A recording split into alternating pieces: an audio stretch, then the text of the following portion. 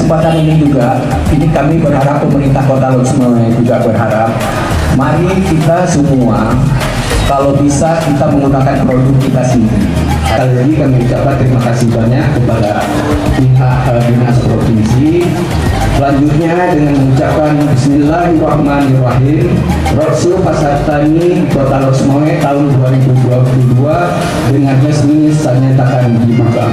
Assalamualaikum warahmatullahi wabarakatuh.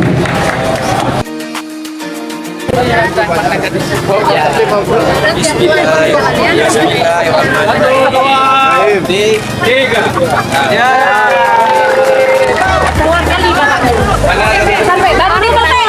Bu, ini baru dipetik. Segar masih ya? Masih segar.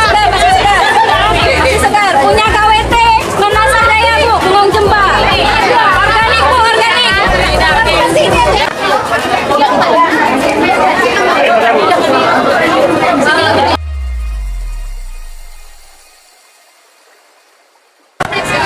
Kota Lodge menjadi ajang roadshow. Jadi kami melihat seperti kita lihat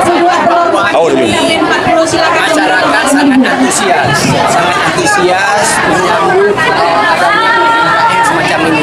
Dan kita berharap tentunya nanti kita berharap semoga acara seperti ini bisa dilaksanakan setiap bulannya.